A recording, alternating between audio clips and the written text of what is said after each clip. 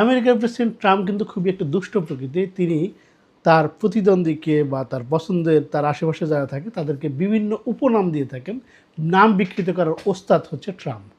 তার পররাষ্ট্রমন্ত্রী রুবিও মার্কোকে একটু খাটো সাইজে, সেই জন্য তাকে লিটল মার্কো নামে ডাকেন।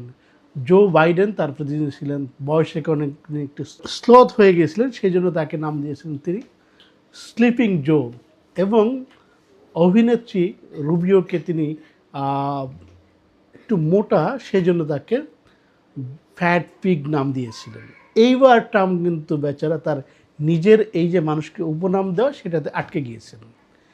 ট্রাম্পকে এখন তার দেশের মানুষ টাগো নামে ডাকা শুরু করেছে। টাগো হচ্ছে রানিং চিকেন, মানে যেই চিকেন আসলেই বাংলায় হচ্ছে মুরগি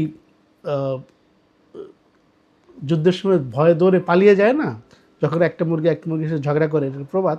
সেরকম যে কখন যখন জরুরি অবস্থায় আসে, বিপদ আসে, তখন ট্রাম্প দৌড়ে পালিয়ে যায়। মূলত এই কাজটা হয়েছে, এই উপাধিটা হয়েছে তার ইরানের সাথে যে যুদ্ধ, মাঝপথে সে দৌড়ে পালিয়ে গেল।